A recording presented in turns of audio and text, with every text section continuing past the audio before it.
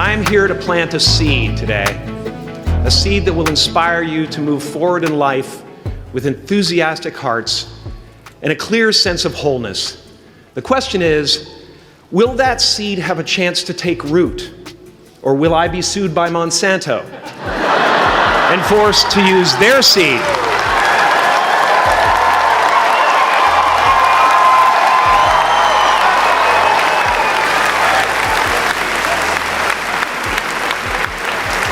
Which may not be totally Ayurvedic. Excuse me if I seem a little bit low energy today, whatever this is. I slept with my head to the north last night. Oh man! Oh man! You know how that is, right, kids? Yeah.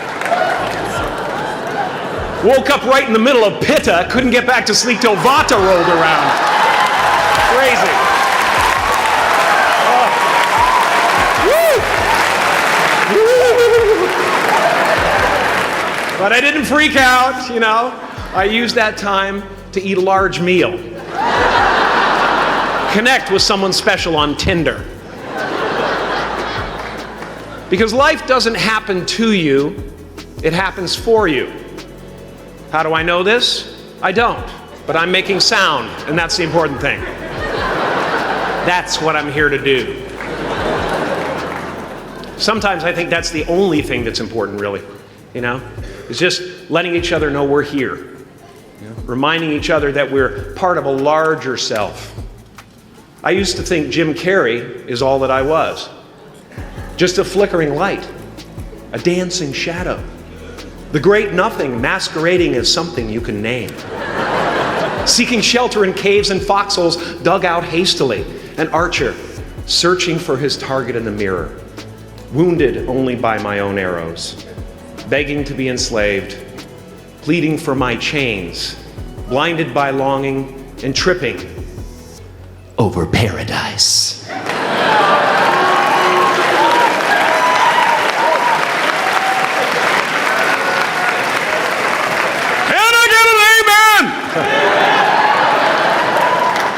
You didn't think I could be serious, did you?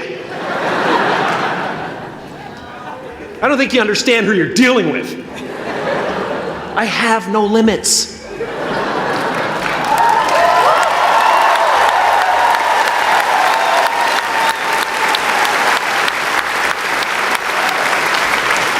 I cannot be contained because I'm the container. You can't contain the container, man. You can't contain the container. I used to believe that who I was ended at the edge of my skin. That I had been given this little vehicle called a body from which to experience creation. And though I couldn't have asked for a sportier model. It was, after all, a loaner and would have to be returned.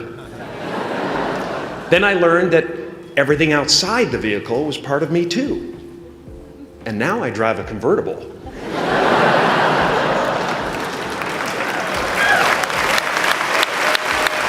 Yeah, man. Top down, wind in my hair. Woo! I am elated and truly excited to be present and fully connected to you at this important moment in your journey. I hope you're ready to open the roof and take it all in. Okay, 4 more years then. They're obviously not ready. This needs some more cooking. Now, I want to thank the trustees, the administrators, the faculty of MUM for creating an institution worthy of Maharishi's ideals of education, a place that teaches knowledge and experience, the knowledge and experience necessary to be productive in life, as well as enabling the students through transcendental meditation and ancient Vedic knowledge to slack off twice a day for an hour and a half.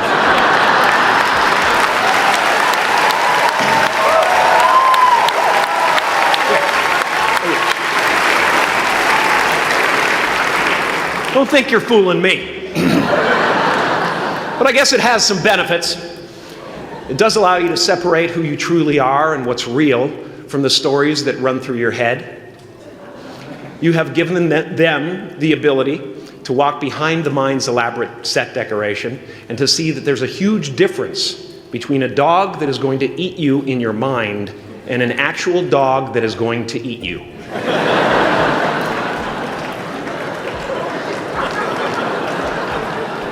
That may sound like no big deal, but many never learn that distinction. And they spend a great deal of their lives living in fight or flight response. I'd like to acknowledge all of you wonderful parents. Way to go. What a fantastic job you've done. For your tireless dedication, your love, your support, most of all, for the attention that you paid to your children. I have a saying, beware the unloved, because they will eventually hurt themselves or me. But when I look at this group here, I feel really safe. I do. I'm just going to say it. My room is not locked. My room is not locked. No doubt some of you will turn out to be crooks. But white-collar stuff, Wall Street, that type of thing, Crimes committed by people with self-esteem. Stuff parents can still be proud of in a weird way.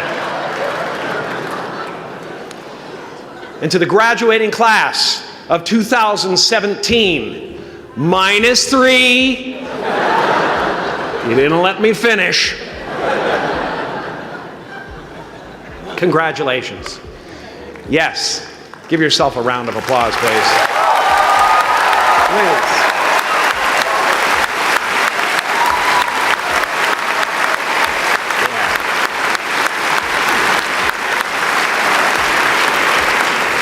You are the vanguard of knowledge and consciousness, a new wave in a vast ocean of possibilities.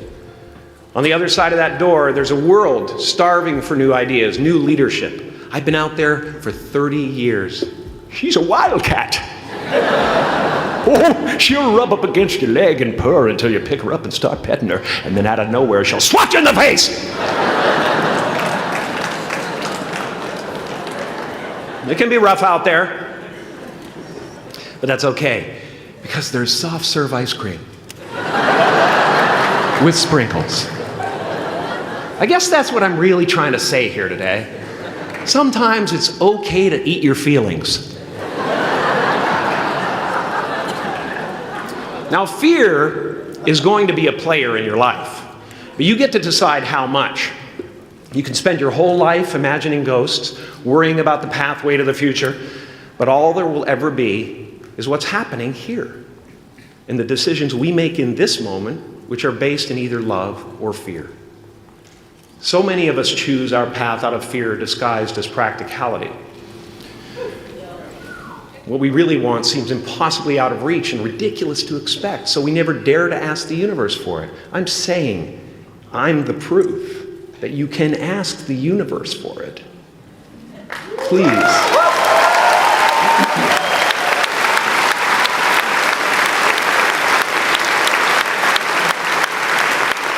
And if it doesn't happen for you right away, it's only because the universe is so busy fulfilling my order.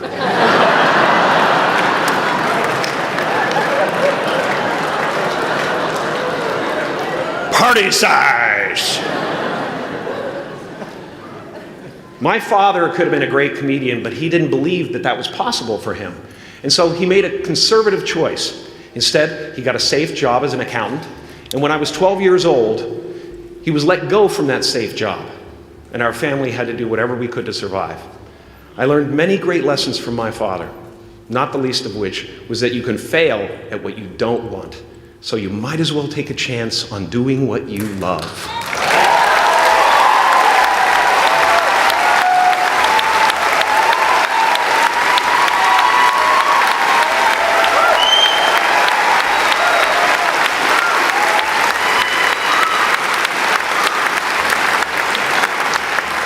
It's not the only thing he taught me, though. I watched the effect of my father's love and humor and how it altered the world around me. And I thought, that's something to do. That's something worth my time. It wasn't long before I started acting up. People would come over to the house and they'd be greeted by a 7-year-old throwing himself down a large flight of stairs. They would say, "What happened?" And I would say, "I don't know. Let's check the replay." I'd go back to the top of the stairs and come back down in slow motion.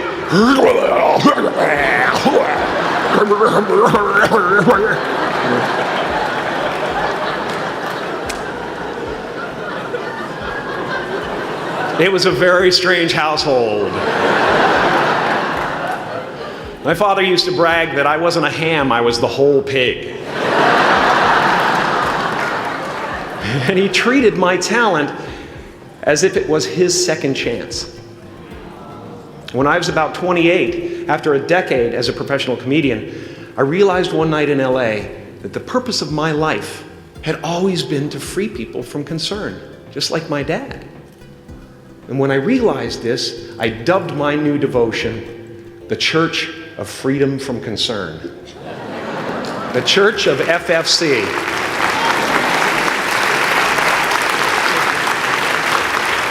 And I dedicated myself to that ministry. What's yours? How will you serve the world? What do they need that your talent can provide? That's all you have to figure out. As someone who's done what you're about to go and do, I can tell you from experience, the effect you have on others is the most valuable currency there is.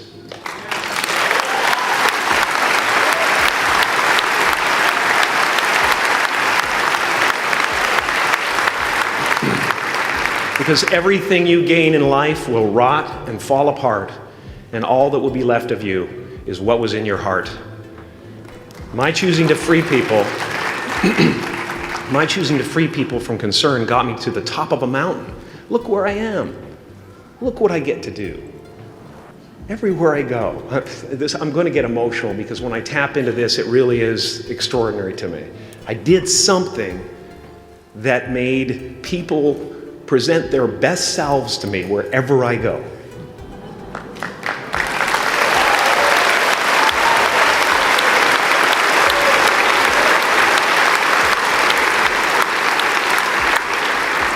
I am at the top of the mountain, and I was, and the only one I hadn't freed was myself, and that's when my search for identity deepened. I wondered who I'd be without my fame. Who would I be if I said things that people didn't want to hear? Or if I defied their expectations of me? What if I showed up to the party without my Mardi Gras mask and refused to flash my breasts for a handful of beads? I'll give you a moment to wipe that image out of your mind.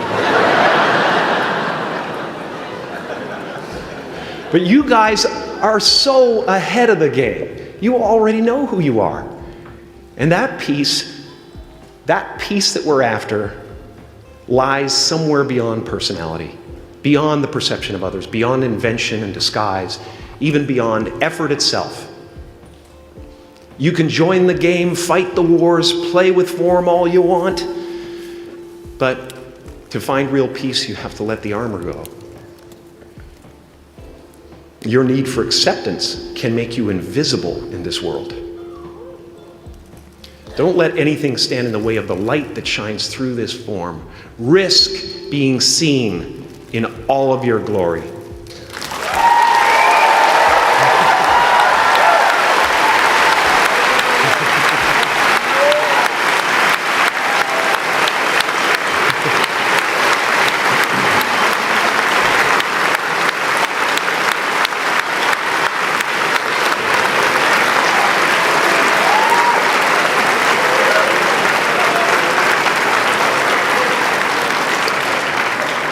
It's not big enough. This painting is big for a reason.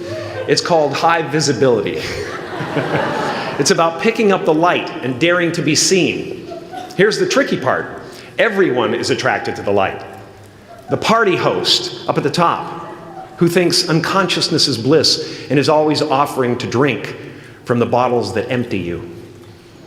Misery below her. despises the light, can't stand when you're doing well, wishes you nothing but the worst. The Queen of Diamonds, under him, needs a king to build her house of cards. And the hollow one down bottom there will cling to your leg and say, please don't leave me behind, for I have abandoned myself.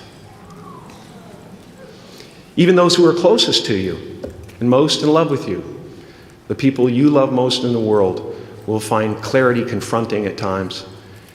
This painting took me thousands of hours to complete. And when I was finished, thank you, thousands of hours, yes. I'll never get them back. I'll never get them back. I worked on this for so long. I was weeks and weeks like a madman alone on a scaffolding.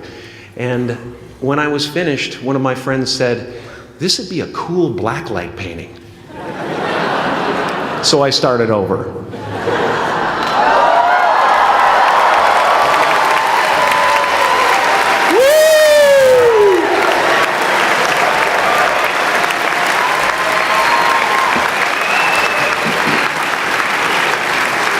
Welcome to Burning Man.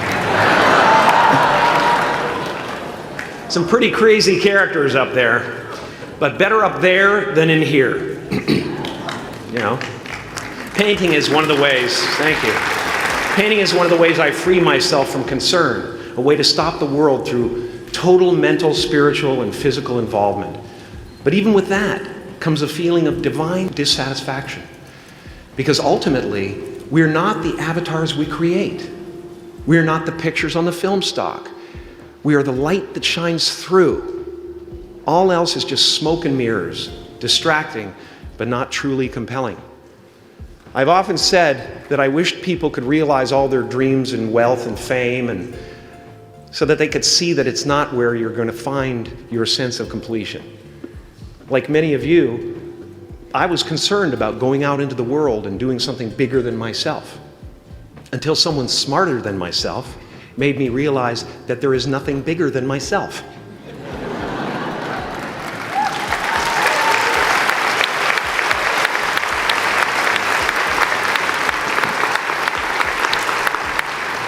My soul is not contained within the limits of my body. My body is contained within the limitlessness of my soul, one unified field.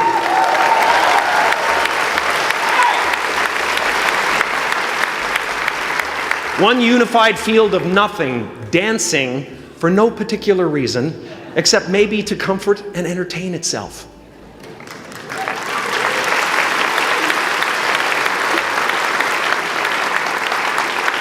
As that shift happens in you, you won't be feeling the world, you'll be felt by it, you'll be embraced by it. Now I'm always at the beginning. I have a reset button, and I ride that button constantly. Once that button is functioning in your life, there's no story that the mind could create that will be as compelling. The imagination is always manufacturing scenarios, both good and bad, and the ego tries to keep you trapped in the multiplex of the mind.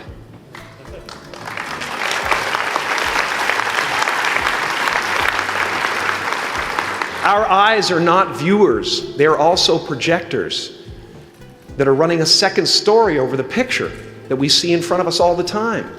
Fear is writing that script, and the working title is, I'll Never Be Enough.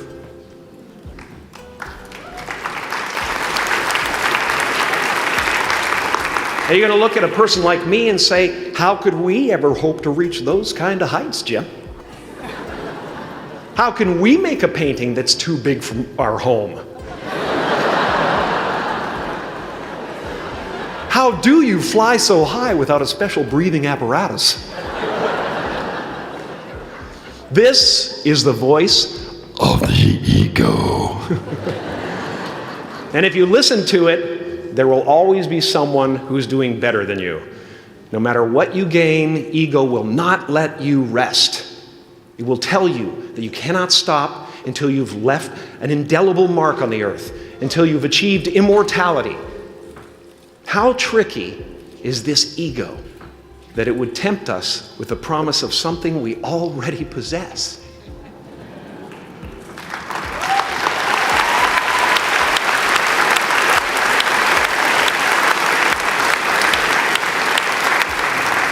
So, I just want you to relax. You know? That's my job. Relax and dream up a good life. I had a substitute teacher from Ireland in the 2nd grade that told my class during morning prayer that when she wants something, anything at all, she prays for it and promises something in return, and she always gets what she wants. Well, I'm sitting at the back of the classroom, you know, thinking, wow, my family can't afford a bike, you know. So I went home and I prayed for one. And I promised I would recite the rosary every night in exchange. Broke that promise. But 2 weeks later, I got home from school to find a brand new Mustang bike with a banana seat and Easy Rider handlebars. Yeah. From fool to cool. My family informed me that I had won the bike in a raffle that a friend of mine had entered my name in without my knowledge whatsoever. So that type of thing has been happening to me ever since. As far as I can tell, it's just about letting the universe know what you want and working toward it while letting go of how it comes to pass.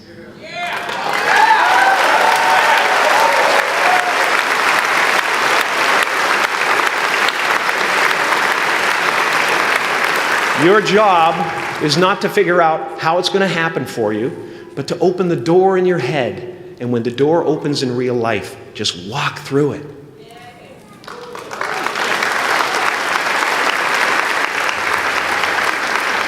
And don't worry if you miss your cue, because there's always doors opening. They keep opening. And when I say life doesn't happen to you, it happens for you, I really don't know if that's true. I'm just making a conscious choice to perceive challenges as something beneficial so that I can deal with them in the most productive way. You'll come up with your own style. That's part of the fun. Oh, and why not take a chance on faith as well?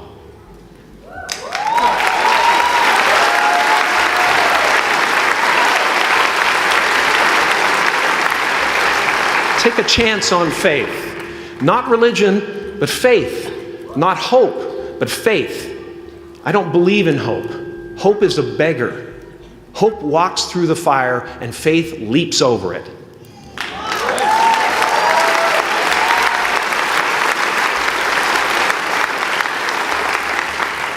You are ready and able to do beautiful things in this world. And after you walk through those doors today, you will only ever have two choices: love or fear.